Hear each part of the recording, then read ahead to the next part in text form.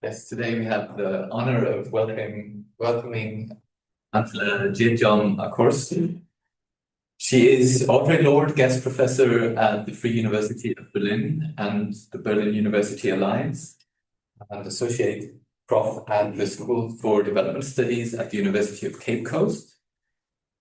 And also, and that is why we managed to persuade her, she's a scientific fellow at the Global Partnership Network and member of our International Steering Committee. Une bourse pour le partenariat. Her work on digitalization of agriculture in Ghana and the implications for smallholder farmers. So we are very glad to have you here, Angela.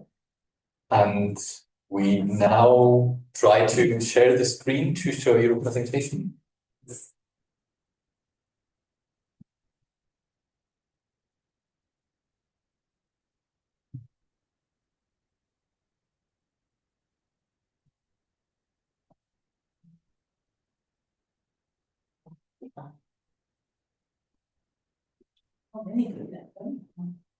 Thank you very much, Aaron, for this introduction. Thank you for having me and inviting me to come and speak to you about some of the things that I've been looking at. I'm very happy to come and meet all of you here. I chose to, actually, it was difficult deciding what to talk about. Choisir le sujet, mais j'ai décidé de parler de la numérisation de l'agriculture au Ghana et ses implications pour les petits exploitants agricoles. Ces informations, ces renseignements sont basés sur des études sur le sujet, menées sur le sujet, et cela dans plusieurs exploitations agricoles et cela administré par des étudiants. Donc, I'm very much interested in the workers as the farmers as workers, and so to speak.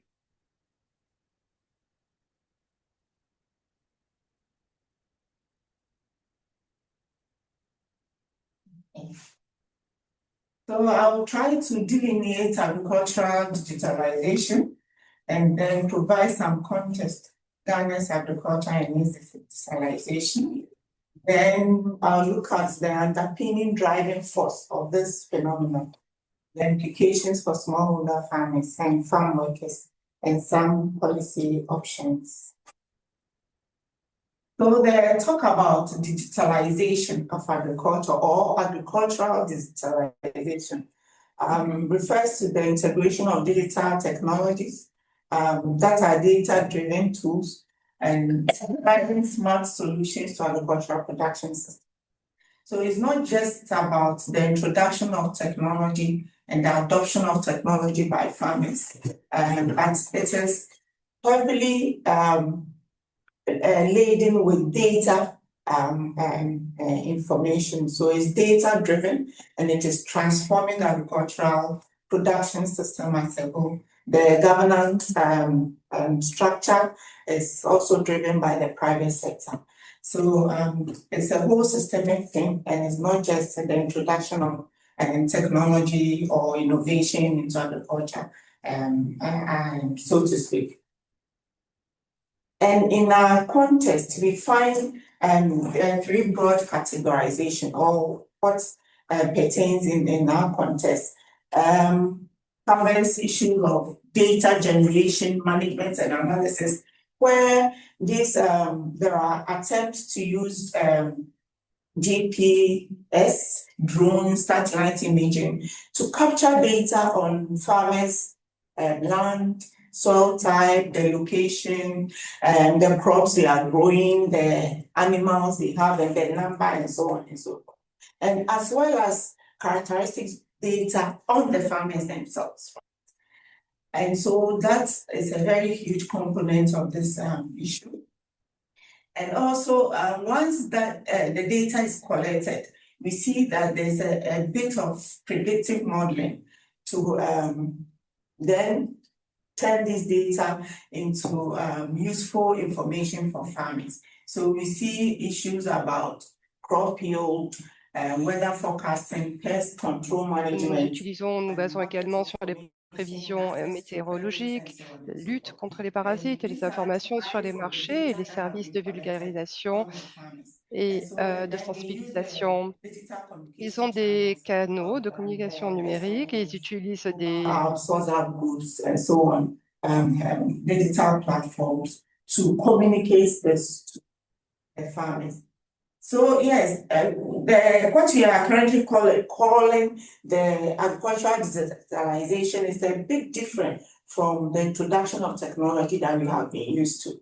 And so it's not just a matter of using irrigation pumps, improved seeds and fertilizers and tractors, but now we see more of satellite imaging, drones and so on.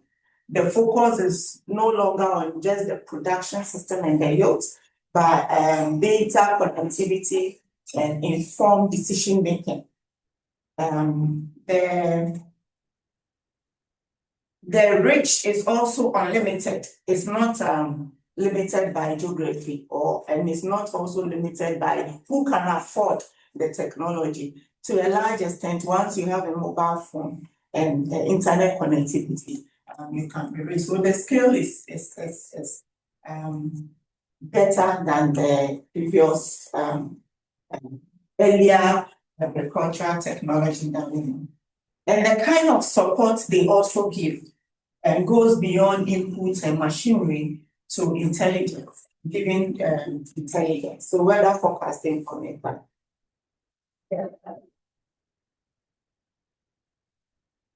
So to a large extent, we say that because of the use of internet and so on, we find that it is more inclusive than the earlier agricultural technology.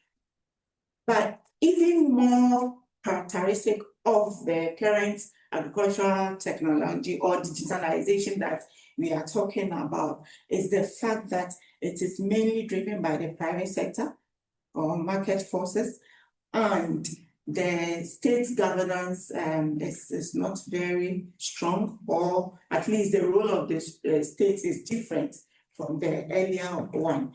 And the presence of private sector in the governance structure is my interest, and how that also then undermines the dignity and the of workers or farmers.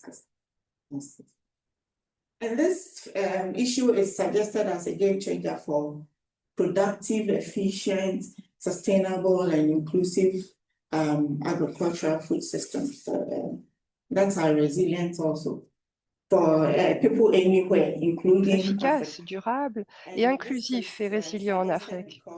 Et pourquoi cela? Parce qu'il y a des problèmes persistants dans l'agriculture et la pêche, malgré les nombreuses interventions dans le secteur agricole. Donc, digitalization is the way, it is the game changer, and hopefully it will solve all our problems. But then we want to also highlight the fact that this suggestion is very simplistic and assumes away the social relations of agricultural production systems, the political and economic interests in there, the power relations, and also the contextual differences. So the context of agricultural production in Ghana will not be the same as we have in Germany or in Wales. So the policy, environment, and so on all have implication for whether or not this digitalization will have the intended end. Until we consider these factors, then they are likely going to be problems. But then, regardless of this lingering concerns, the deployment of digital agriculture is proceeding on an unprecedented scale in Africa and in Ghana as well. And so it is time that we show some interest in that regard. In Ghana, currently, our population is estimated at 30 million, right? And we have about 11.5 million as forming the labor force. And according to the Ghana Nous avons 33% de la main-d'œuvre totale au Ghana et 63% des travailleurs ruraux gagnent leur vie dans ce secteur. Donc, cela est très important de se tourner vers ce secteur agricole. That's just the map. What is that? Oh, there is an explanation, PFAG membership, and just at the map, but anyhow. Okay. PFAG Farmers Association. All right. So yes, some background about the farmers in Ghana. So most farmers in Ghana are still rural smallholders, often with small farm sizes ranging from an acre to a maximum of 5 acres on average. And we have good arable land. Abets, it is said that only 55% of it is currently under cultivation. Also noteworthy is the fact that our farmer population is aging. So the average age for farmers is also moving around 50 to 55 years. The youth are not there in the space. And Evans and Cook have confirmed that. And the agricultural sector is characterized by low farm productivity and high incidence of poverty, because it is still very grain-fed and the dependence of manual labor is still there, and these factors all contribute. So there are a number of problems that we are having as a country when it comes to that sector. That notwithstanding, okay, there's more information about the sector as well that I'd like to also provide. No, according to the report by the verified market research, the agricultural sector in Ghana has a market size that is valued for 4 billion by De 2030. 4,06 milliards d'ici 2032, attribués en partie au développement technologique et des investissements dans l'infrastructure. 5% of farmers using innovations and so by as at 2021, 35% were using innovations at this time. So there's a hint that the agricultural sector in Ghana and the agricultural digitalization that we are talking about is going to sit in a potential multi-billion-dollar sector and with poor farmers. And that is the focus of my presentation. So far, what we see in terms of government intervention is the provision of infrastructure, digital infrastructure and policy framework to support the primary digital enterprises to thrive. And these are some of the initiatives that's state-led. We have the Ghana National Telecom Policy, launched in 2005. The Accra Digital Center, which was inaugurated in 2016, also provides space for young people to have a lot of startups in the area of digital businesses. And that is also contributing to that, because then we are finding a lot of startup agri-techs. Then there's the Digital Ghana Agenda that was launched to also open up and make it possible for many people to have connectivity to internet at reduced prices. And so these are fertile grounds for the introduction of digital solutions. And then the government itself has initiated the Ghana Agriculture and Agribusiness Platform, which now holds about 1.2 million farmers. So there are these initiatives that come. As a result, we see a number of external players in the Ghanaian space. The list is endless. But I've just categorized them into 4. We have development agencies, non-governmental organizations, capitalist, philanthropic organizations, private sector, input tels que la suppliers, FAO, le FIDAL, all l'USAID, showing interest in the et agricultural sector, également in terms of digital solutions. Now, so we have the AFAO, as you can see from the script, a number of them, the EU, they are all in there. I must say that their role is something that requires further and extensive interrogation, because their role and their interrelationship is very obscure. The development agencies sometimes work through NGOs. The philanthropic organizations work through NGOs. Sometimes they work through the government agency, the Ministry of Food and Agriculture. Sometimes they are working through private suppliers, and the private suppliers are working through. So there's a very complex and obscure interrelation that's going on, and it's not clear what exactly some players are in there doing. But that is something that requires further investigation, and to be honest. But then I will talk more about that shortly. In addition to the external donc, players that I outre mentioned, ces acteurs externes, nous avons également des entreprises de technologie agricole privées qui se développent très, très, très rapidement et ils sont centrés sur des technologies agricoles et ont compté plus de 50 startups, 50 jeunes entreprises dans ce domaine. Il pourrait y en avoir davantage. Et c'est depuis 2010 que nous avons vu beaucoup de ces entreprises de technologie agricole et elles sont pour la plupart initially giving the solutions to farmers for free, right? That is only initially, to the extent that the project exists. So that quotation I have there is highlighting the fact that it says that once the farmers have a taste of the solutions, the digital solutions, and they are happy with it, then they are able to pay for it once the funding period ceases. Yeah, so these are examples of some of the big agri-techs that we have in Ghana. We have Isoko and Farmerland, and the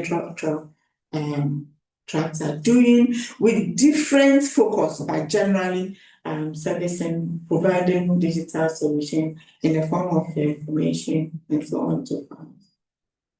And there are others where this shows the number of farmers they have. Some of them have Farmerland, for instance, it may be the largest and has over 200,000 membership. So, and the small ones are also getting membership, 2,000, 5,000, and their number, they are still growing. So that is the point we are making, is that they are able to reach out to many of our farmers. Some studies have been done on this, and there are reports that maybe close to half of farmers overall may be using digital technologies now. But this is not a nationwide survey, and it's not by the Ghana Statistical Survey. But at least it gives an indication of what is going on and the extent of reach of the solutions. So the point I'm trying to make is that there is high incidence of digital penetration in Ghana's agricultural sector. And digital agriculture in Ghana is predominantly limited to the provision of agricultural services now by means of software application. That is the most dominant or prominent form that we have. So agronomic solutions, weather forecasting, pricing and marketing, risk management, risk diagnosis, and so on. And even financialization of the sector, linking them to financial institution, insurance, and credit, and so we see that there is high emphasis on individual responsibility and entrepreneurship of farmers. Farmers are no longer being treated as peasants or subsistence and who feed themselves and then later on they are to see themselves as businesses and entrepreneurs and framed as agripreneurs and responsible for adopting tools that makes them competitive in the global market, so to speak. So that's is one of the neoliberal underpinnings of the phenomenon. And we also see that even though the agritechs are configured as social enterprises, they insist that they are social enterprises, suggesting a mix of social, economic, and innovative ideals. We see the very strong tendency towards economic interest in the long run, because once the project ends, then they start charging the farmers for the services. And the role of the state is very, very, very minimal. It doesn't go beyond the provision of framework to support the growth of the private sector. So the policies to protect the workers against this very obscure interrelations and the flooding of external interest in the space means that there's a need for some protection of the poor farmers in the country. So the strong international influence, which is propelling the initiation projects by the agritechs and sometimes even the Ministry of Agric, and it's very obscure, as I have said. But overall, we see the motive is to modify agricultural services, especially because the state is also not very strong in the space anymore. And the profit making agenda is seen in their operations, regardless of the mode of production of these poor farmers. Capital agricole, donc, quels que soient les moyens de production. So the point I'm making is that donc, ces acteurs ne sont pas apparus par hasard et the complexity and the obscurity may also not be by accident. So there is something we need to go through to at who are interested for what, and the earliest hint we get is the profit modification of the sector. So then this also shows a resurgence of the capitalist accumulation in the agricultural sector, similar to the dependencies that were generated during the earlier transformation of the sector. And that's why we need to also pay attention to it.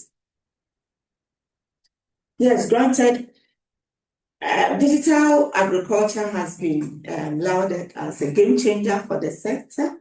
Because then it has promised to be productive, efficient, sustainable, inclusive, and resilient. And no doubt there are indications, there are studies pointing to some of these benefits. Because then there's more access to reliable data for production decision making, for instance, all the agronomic practices that are good for the environment. We see access to credit and improved market access and so on. Granted, yes, these are happening, though not as much as we want to see. But then, this is typical of any market-driven issue. We see the tendency to create dependency and farmers depending on the market-driven platform. Because these are often controlled by a private sector, which come with transaction fees and this could create monopolistic practices that are the workers.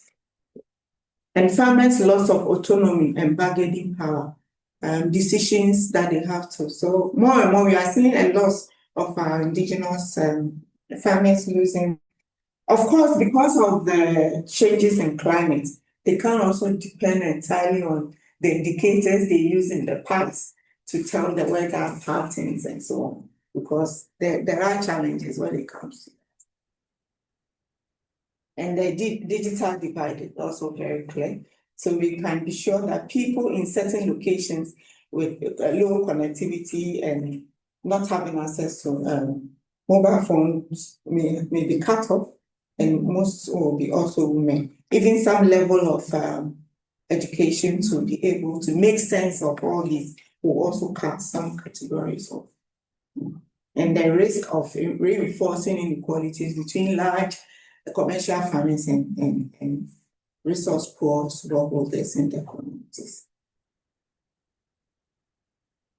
Well, one of the biggest stakes in this discourse is the data ownership and exploitation, and which is controlled again by the corporations. Yeah.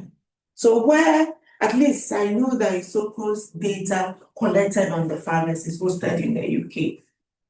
It's not really hosted in Ghana. And as a nation, what does it mean for data and so on and so on? So some are calling this data colonialism again, where farmers' information is extracted without fair benefit sharing, right? So once you have information about me, you turn the information into useful products, and then I have to pay for it. And so there should be some discussion around benefit sharing. And the potential for input market capture is also very high. Platforms are bundling services, and so locking farmers' independency on specific companies. Because if these companies are also funding, Yara and Co are all funding the establishment of the aggregator, they will definitely not direct them to other suppliers and so aggregators. And so these are some of the things that locks the farmers in. And that is Et les marginalisés. yeah, some policy Donc, options are quelques suggested. options de politique. Data protection is always cited as something that needs immediate attention. There's talk of public-private partnership, hoping that this will reduce the cost of the solutions that are given to the farmers, and also to ensure inclusivity and decent work policies to protect the farmers and the high laborers that they use. But I must say that most of the suggestions, policy suggestions, are reformist in the sense that it doesn't also critique the underlying causes of the problem. To a large extent, this is part of a changing face of the capitalist. Et il faudrait changer. Donc, so the interest in the agricultural sector now it's very clear, and the potential they see to make huge profits over there. So if we want transformative suggestions, then we need to democratize the digital platforms. Is it possible for farmer-owned cooperatives to form platforms where farmers collectively own and govern digital marketplaces? Can the government spearhead this so that data systems are internally created by the farmers? And if there are policies that enshrine farmers' rights to control their own data, or mandatory benefit sharing from agribusinesses using that data, that would be also useful. To a large extent, we can't continue to push away the state. The state now is pro-capital, it seems, unfortunately. But if there are attempts to reclaim the role of the states and reduce market power in this space, it will go a long way in decommodifying the critical inputs and also the solutions. And one thing we have to reclaim also is the governance system that is driving this. So if we leave the governance to big external corporations and so on, whoever they are, whether they are philanthropists or suppliers or development agencies, if we leave the digitalization, the sovereignty will be compromised. So it is important to introduce farmer sovereignty principles to local control, sustainability, equity issues, rather than global agribusiness. La gouvernance des agriculteurs. Et nous voulons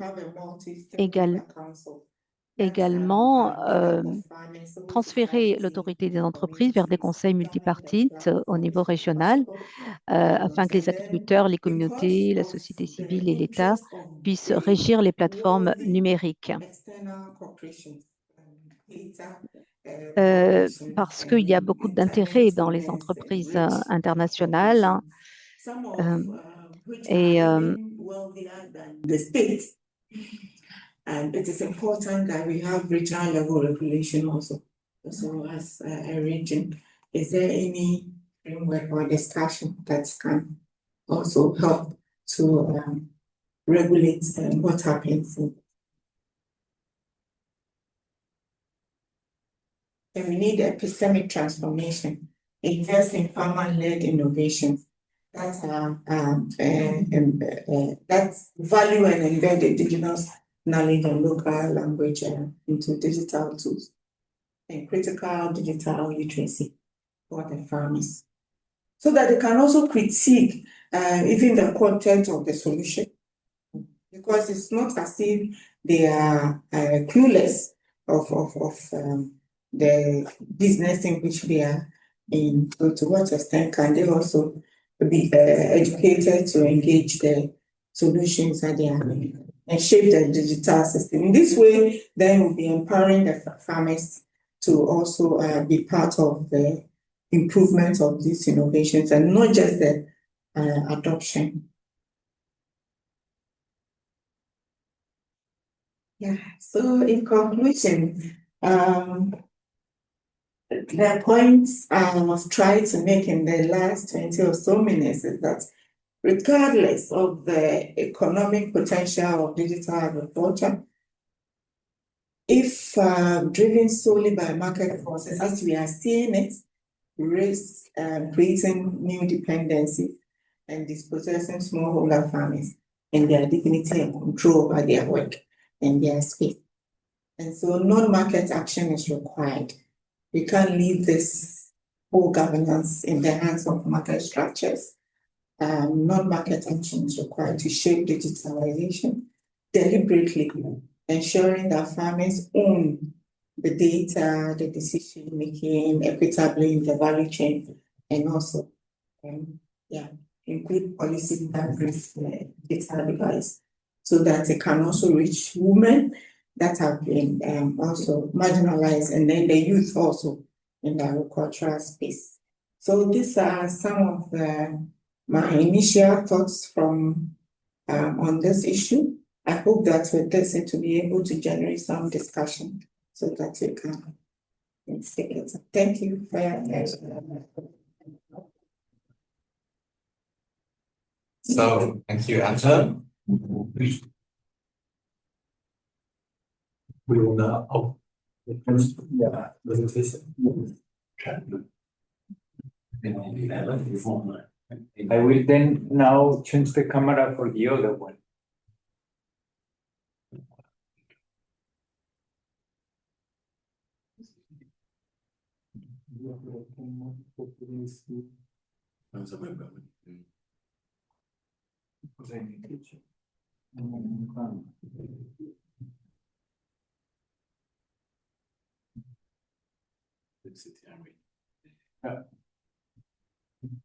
Can you go a bit lower so that Angela will be in the picture? Yes, there. Okay. Good.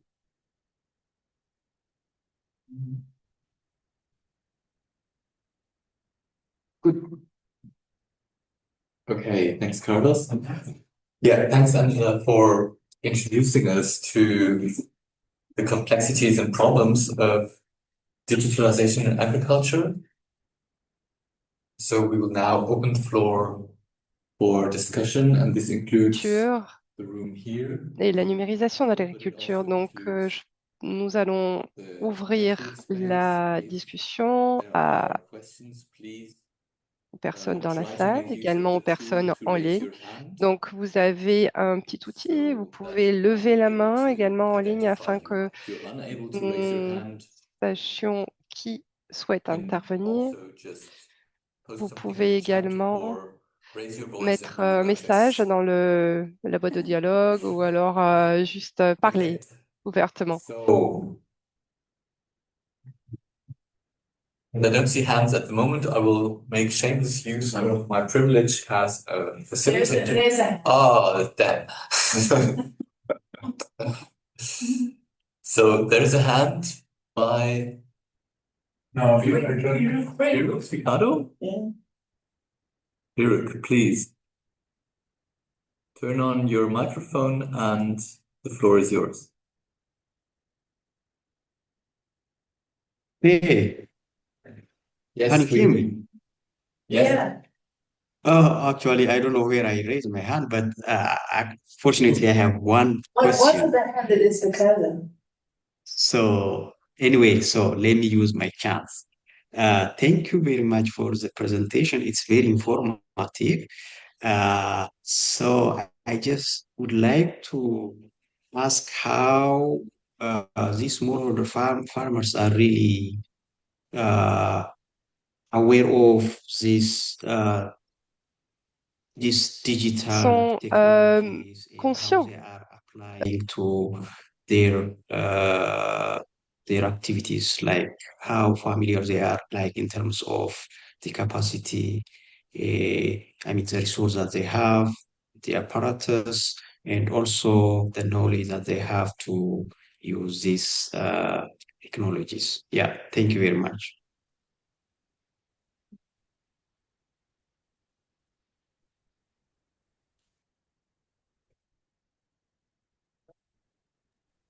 Okay, I thought you'd taken that one and then, okay. All right. So, yeah, he asked to know how the farmers get to know about these digital solutions. Right, the agritechs reach out to the farmers. So, for Farmerline, for instance, they go into the communities and they hire enumerators to conduct research in these communities where they collect the data about the farmers who are interested in joining maybe Farmerline. So once they get these the farmers, all those that participate in their studies, then they put them together in groups and they give them the information via the communication channels, the ICT communication channels. Right. Yeah, so you can imagine that many of these farmers also, because these solutions also often go in the form of the English language, right? But then they attempt to also explain to the farmers through the voice messages, right, in the local languages, so that they can also understand the solutions. So in that regard, they are able to reach even farmers who cannot read. Mm-hmm. Yes. Okay. So, Maybe first. thanks, Andrew. It was very interesting. I learned a lot. I have many questions, but I want to start with one and then maybe later we go on. The question of dependency. Can you describe how the okay, they get offers for free. We know this from seeds and pesticides, this combination as well, so free offer. And from the seed business, we know then they lose their former seeds and the soil is not fertile anymore because of the pesticides used, etc. So the dependency is created with this giving for away of seeds for free. So how is the dependency developed here after qui sont donnés gratuitement. for free? Then they have to pay. And why can't they get rid of them if they don't want them anymore? So where's the dependency factor? Is this the contract? Is this the knowledge gotten lost? Or like how is the dependency created? Yeah, it is the knowledge, the benefits that they experience. I don't know the extent of benefits, but according to them, once, for instance, if they are able to give you weather forecast, and based on that, you take informed decision in your agricultural production, and then you get high yield, then you are hooked.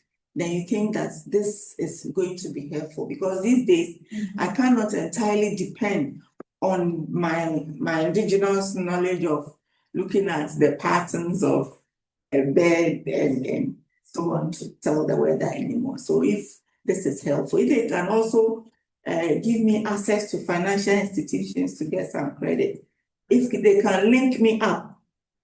So it's not just the agronomic knowledge that they are also passing on to them, but it's also these connections that they are creating that they find useful, beneficial to a large extent. Yeah. So the loss of indigenous knowledge because it's not applicable anymore because of climate change. And it's not entirely not applicable anymore, but it's threatened. Okay. Yeah.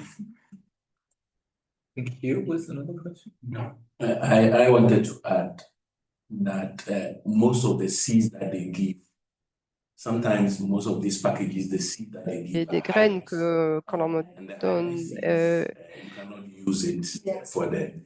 So you kind of your seeds, the original seeds that are used, and then the hybrid seed you are hooked. That's why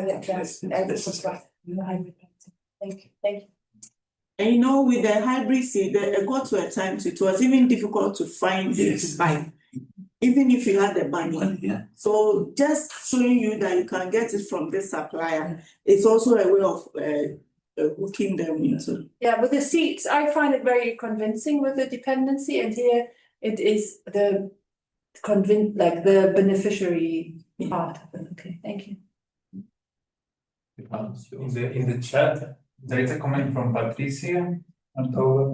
Great overview, and love the direction of the critical pathways to equity and empowerment in digital transformation processes. And she also posted a question: are there any AU policy geared towards digital transformation in Africa? African Union. African Union, I assume, yes. Are there any African Union policies geared towards digital transformations in Africa? That's her question. That I'm aware of. I don't know if there are Martin and Evans. I don't know if you know. These are individual country policies when it comes to the data Au niveau national, en termes Yes. So Patricia, that's one of my suggestions also. If you remember, when we're talking about the transformative suggestions for the future, the need for some regional level regulation. So yes, it is important that the African Union at the regional level also take some action to strengthen the state, because the state's power and sovereignty now is a subject for another day, but yeah. Yeah, I also wanted to, perhaps also in line with the, thanks so much for the presentation, it's very insightful. In line with issues around policies, I've also not yet found any government policy to regulate this digital space, and I don't know whether it's a question. I know it's also part of your recommendations, even asking that the African Union should have. But my point is, so what's the way forward? Because I find it, I don't know the right word, weird that at this point, the government of Ghana has no policy for the agricultural digitalization space. I know they have for other things like cybersecurity and those things, but I'm wondering what's the way forward? Well, as I said, the state's role somehow is, we are operating within the neoliberal agenda. And to a large extent, they are very eager to see the agri-techs start up, the private sector growth and all that. That is unfortunately the focus now. So whatever enabling environment they will create for these to thrive seems to be the focus and not so much the regulation. But I think it is important for scholars like us, civil society, to also advocate for that. I'm sure they are always slow in acting. Whenever capitalists come up with new things, it's always a challenge. We tend to be reactive, and it takes too long for the state to act. But hopefully, with advocacy and some push, there may be some policies to protect the workers. But I don't know what that could also mean for the state, because that the supra powers that the states will have to deal with, and this is also there, and they are not visible to our eyes, and that is also a problem. Yeah. Okay. Yeah. Yeah, thank you for the presentation. My problem is that in some sectors, like health and other sectors, traditional technology and indigenous que technology have proven more useful than modern technology. plus que les technologies, Advocating for us to go back to our traditional means of doing things. I would like to know whether this digitalization agenda is building on our indigenous technology, or is factoring our indigenous technology into our indigenous into the digitalization or the modern way of doing things. Because if you really don't take a time will come, we are going to lose all our traditional means of doing things and rely on these neoliberal ways of doing our agriculture, which if we don't take care, a time will come, we may be forced to go back and for our indigenous and traditional ways of doing. Yeah. Thank you, Dr. Akorsu. You are very right. And I think it takes the same form as the seed issue, right? Yeah. So it's part of the concerns that I raised, that the absence of indigenous knowledge forms in these solutions is a problem, and that also undermines the farmers' control over the production system. And so, as a solution, we have to also insist that there should be provisions for that.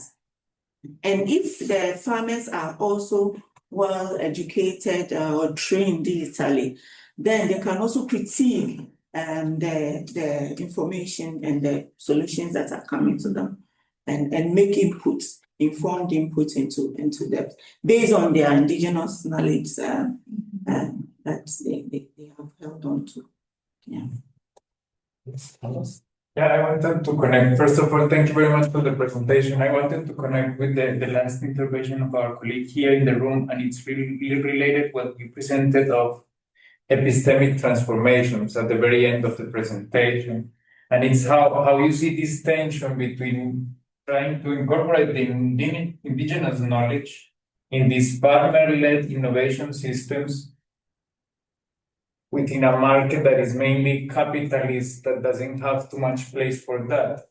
So how, I know that it's suggestions what you wrote there, but how you see this tension and how to somehow work with it. Well, that is what what we have to deal with is the capitalist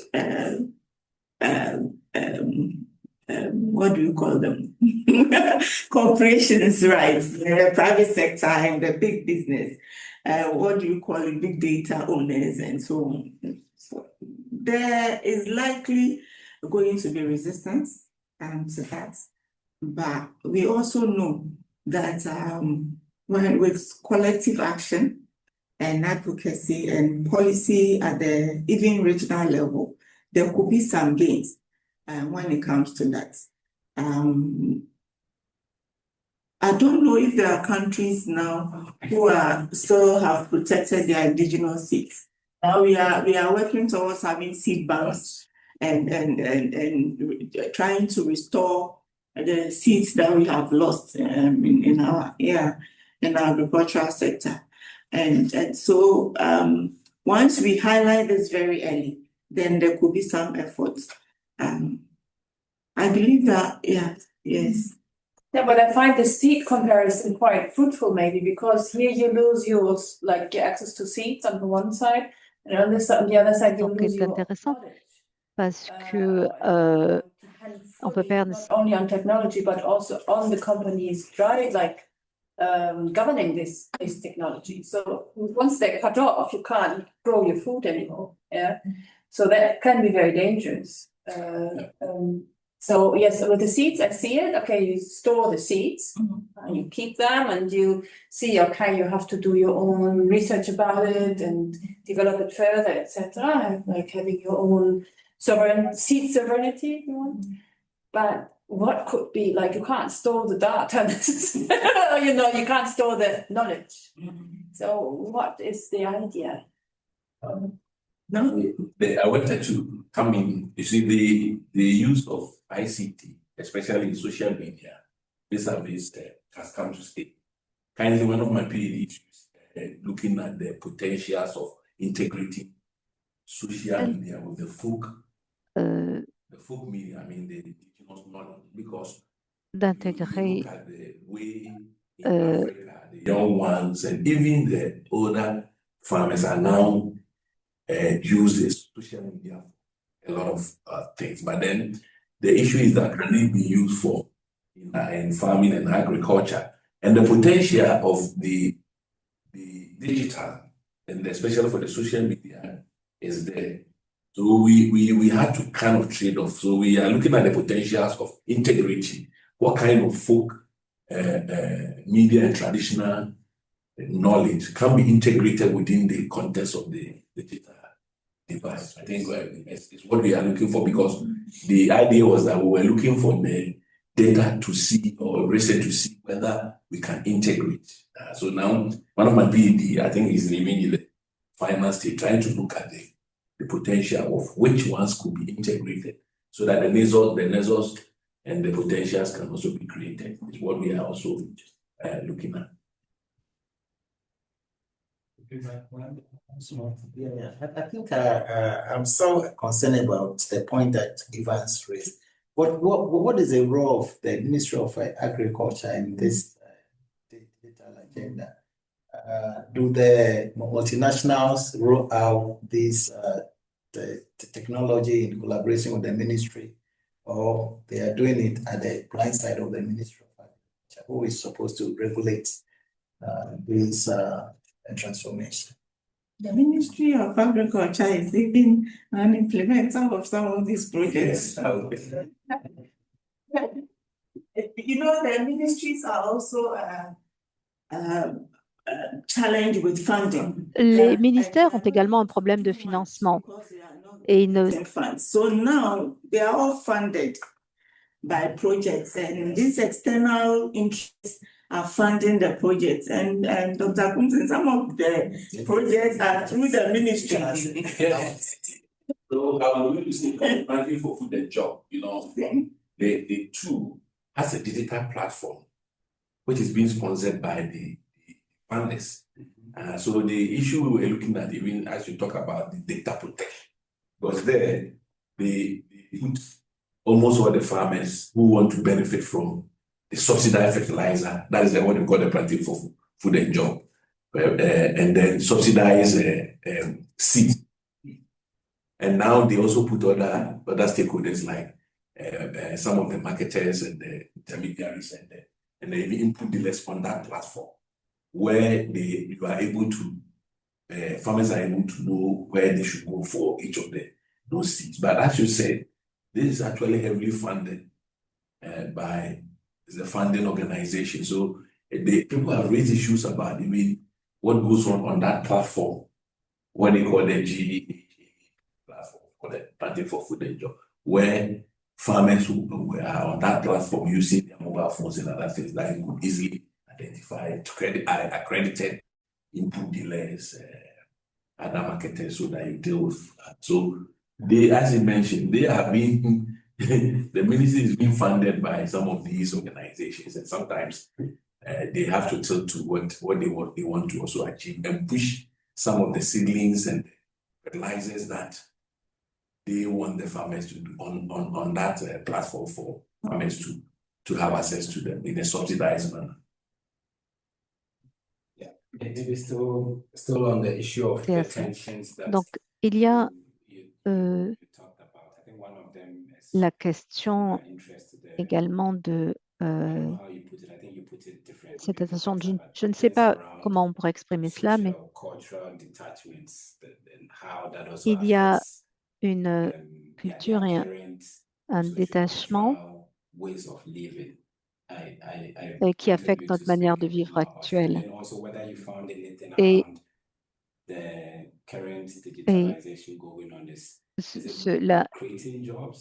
est-ce que la digitalisation actuelle crée des emplois ou est-ce qu'elle remplace des emplois? Il faut également se poser cette question. Oui, je suis intéressée, j'ai un intérêt dans les emplois et créer des emplois au niveau des technologies agricoles. Nous ne pouvons pas de toute façon rester. Mais où est-ce que ces emplois sont créés? Au Ghana, oui, nous avons une création d'emplois et on utilise également des personnes pour collecter ces données. Et donc,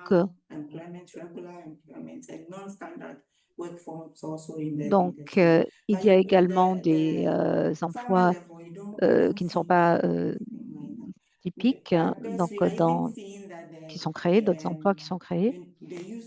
Et l'utilisation de tracteurs également.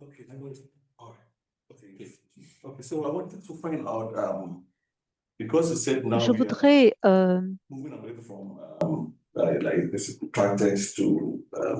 then who funds those ones? Because they are more critical for production. So no, we are not moving away. Yeah, okay. We are not moving. They are still there. Mm-hmm. But in the past, when we talked about technology in agriculture, then we are talking about the use of tractors, harvesters, irrigation system, and improved seeds and so on. But then this new dimension of data-driven digital solution and governance system that is driven by the private sector is what. So when I was talking about the delineating the concepts, that is when I read. But they still exist and they are useful. And then so who funds them? Because now it looks as if the development agencies are moving towards funding for digital tools.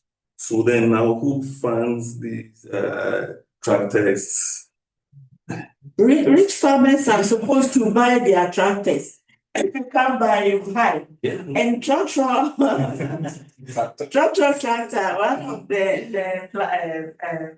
agritech is able to link farmers to where they can get tractors to hire and all that. Professors are even leaving the job. One professor I asked, please can you market this for me? So I stopped. And he now has drones and tractors. Enough combined harvesters as a business where it's like a service. So once you need it, because farmers may need who have 2 or 3 or 5 acres who want plow, and you provide those services. And now they are also using these Oman area vehicles, the drones, for taking digital data in terms of plant diseases to detect early disease of plants. Some even use it for the soil to be able to identify the soil and all those things. And these are young farmers who are funded to have those services within what an enclave, and that's what he was talking about. Some of them have maybe 22, about 2,000 or 3,000. Some even have 500 farmers within an enclave that they are serving with some of these weather information. They are also giving them other services like the seeds, also plowing for them, harvesting for them, especially at the north. So it's creating jobs for individuals who have seen that concept that individual farmers cannot own all these because they own fragmented lands, like 1.5 acres, 2 or 3 or 5 acres. So some of them bring them together and then they serve them with So the concern is the private interest in the sector. Yeah. And among these smallholder farmers who are predominantly poor. Ces petits agriculteurs qui sont principalement pauvres, and make them dependent further, and so on and so forth. That's my concern also. I also wanted to come in, but there's a question in the chat. There is a comment in the chat more than a question. The comment is also from Patricia, and she says, we also need to examine the eco-footprint of digitalization of agriculture in the evaluation of their efficiency and sustainability. This raises again the need to advocate for a greater role of global, regional, and national regulation of their environmental implications and impact. Yes. Yeah, thank you, Patricia. Yes, that's very important. Yeah. Because really, if you are talking about sustainable agriculture, it's not only efficiency, and there's the environment and then the social. As a labor researcher, I'm interested in the social and the farmers and the farm workers. But yes, the environment and the eco footprint is also very important. And whatever policy is eventually developed by our dear country, we'll have to also take that into recognition. Angela, I wanted to briefly come back to this role of the state, because one of your suggestions was that we have to reclaim the role of the state in reducing market power, in basically representing also smallholder interests against the agricultural multinationals. But of course, in neoliberal globalizations, people have been, or especially Marxists have been analyzing, well, actually, maybe it is a misperception to see the state as a counterweight to the corporations and the market forces, because after all, these mechanisms of neoliberal globalization and free trade, they have been installed by these very states, by these governments, and then the question would be, in how far can we rely on them, or in how far is there some kind of strategic selectivity, especially in capitalist states, to, even if we engaged in civil society action, in advocacy work, etc., in how far is there a tendency that they, well, prefer to listen to the lobby of the multinational corporations, because they are also to some extent very dependent on them. Yeah, that is the challenge indeed. But okay, Frankie wanted to respond, then I'll come. No. I wanted to enter into the discussion, but please finish. Commencer la discussion. Yeah, these are difficulties that we have to deal with. Granted, the state is now seen as pushing the interest of capital, and whatever has been possible, capital has been able, whatever footprints capital has been able to have in developing countries like Ghana, and it's made possible because the state made it possible. And so you can also understand why they are very slow in regulating their activities. And the multinationals will not sit aloof. They have the resources, they have the power. The state even depends on them. And so it is very difficult to engage state versus these big firms. And that is why we also need to contre-agir contre ces grandes multinationales et passer outre le gouvernement et mener peut-être des actions sociales collectives.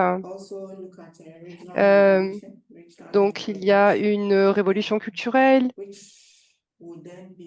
mais qui sera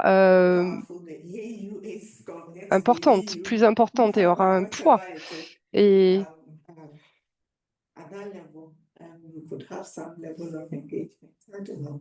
I don't have all the donc, answers, unfortunately. je n'ai pas toutes les réponses, malheureusement. Frankly, I'll be happy to hear. No, it's just, I mean, it's a question about state theory, etc. So how the mode of, I mean, yes, the state is a capitalist state depending on the accumulation of capital.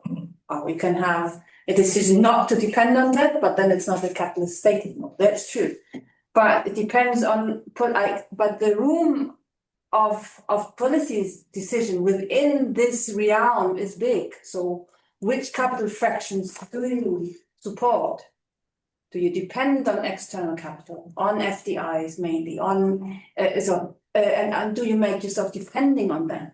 Yeah, or do you decide to have a more domestic accumulation strategy? This is a policy decision which can be taken. So it's not just a sheer dependency, and they are the marionette and the puppets. So yeah, so it's a question of class struggle within also. Yeah, so it's a domestic question as well. So there's a room of maneuver which its own contradictions and ends, but you don't have to depend on external capital for it. That's not a natural law, right? But that is what we see. I know. That's what we see in practice. That is what we see. I know, and I mean, you also can have decommodified situations, like and more public realms, etc. Still, the state is still depending on extracting taxes from the accumulation, but it depends on the struggles from below. Yeah. How many spaces you can decommodify, how much you can support domestic Donc, capital. à quel point, quel niveau vous pouvez soutenir ce capitalisme? Donc, il y a beaucoup de But I remember when, I mean, this is already some years ago, but when the Ghanaian Poultry Farmers Association put pressure on the government to actually raise tariffs against European exports or imports from Europe to Ghana. Basically, even the IMF stepped in, and the government actually withdrew the law, even after the highest court had actually supported the claim of the Ghanaian Poultry Farmers Association. So, yeah, so I mean, you guys have to reply. I mean, but it's a government decision which can be decided differently as well. Yeah. It is a decision. Decision means can be different. And the point you made about even the government at some point showing interest in assessing them for taxes. Yeah, this is something we also found when we did study on ride-hailing, online ride-hailing drivers, Uber and Bolt drivers in Ghana. So the state attempted to tax the drivers by asking them to take an additional license. Yes. To be able to engage in the business. And they form association. Yes, and and actually wrote to the TUC for support to find the state, and that also succeeded. So they were not taxed anymore. So as a state, instead of protecting the poor workers, we also see that they support the external platform owners and so on. And then in the long run, they also even want to benefit from the platforms. I won't be surprised that very soon they will access these groups of farmers by the You need the pressure from below. I mean, the Uber driver strike is maybe a very good example. Farmers have a very strong collective body, apex body, the PIFA Farmers Association, with nationwide membership. And that is one, and they are very, to a large extent, I must say that they engage with the Ministry of Agric, and they are sympathetic towards them. But they tend to. So what does that matter? But on this issue, there haven't been any action yet. But we always see that the government always want to tax when there is an opportunity, especially when the mobile money transfer, which also affected farmers. That when you do a transfer, there was a tax. I think there was a whole movement, but still, the government went ahead and pick up the taxes that people want to. Maybe if you want to buy something online and you send, you will still pay the tax on using the mobile money platform. Some of them, the fights did not. We were not able to win the fight. They went on, and then until another government, and that is where I wanted us to come in. That some of these things are also sometimes politically. So sometimes when a different political party comes in, planting for food and job, for example, we don't know where it is now because the change of government can easily also look at. Gouvernement, on voit qu'il y a des politiques locales différentes qui s'appliquent. So that one has also implications on these. You raised your hand. I don't know hands are on. Nothing. I'm just reading because one colleague of us wrote in the chat in French. And by the way, also to thank our interpreters that are doing their job at the moment, thanks to Karina and to Zelia there. And the question from our colleague in French was now translated to English. I would like to know if in the digitalization of agriculture in Ghana, I assume indigenous knowledge is taken into account. That's the question posted. So far, no. That's what we are looking at. That's what we are looking at. That's one of the problems. So far, it's not taken into account. So we are suggesting that it should be taken into account. And yeah. Good, thanks. No, I translated wrong. I read wrongly. It's not indigenous, but indigenous, external. So I will reread the question.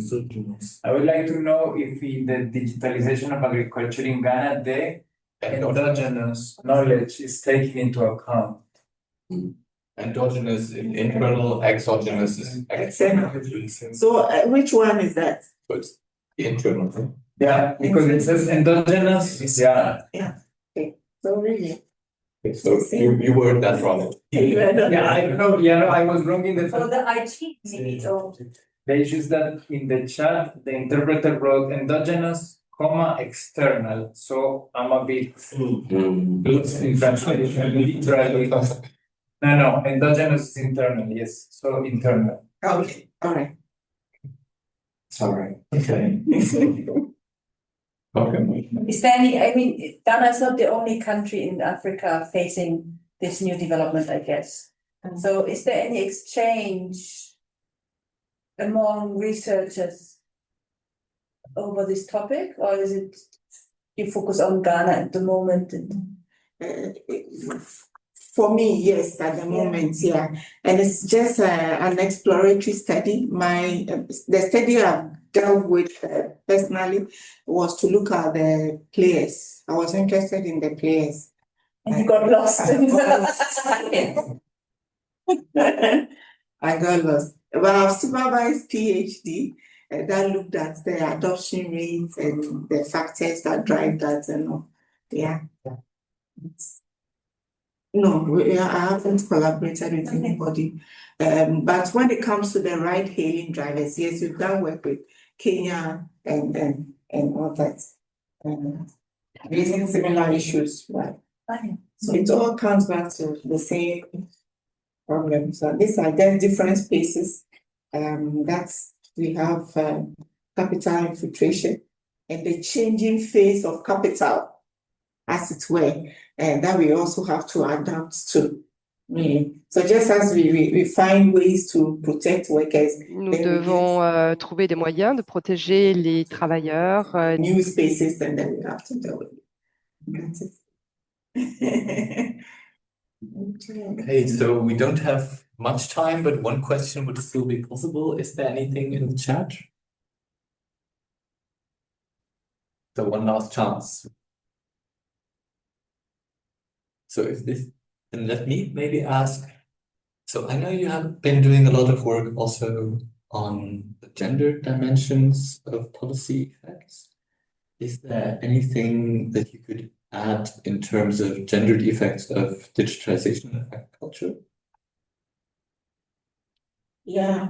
So again, that I think I made a point that if deliberate effort is not made, they will also be further marginalized in accessing these platforms.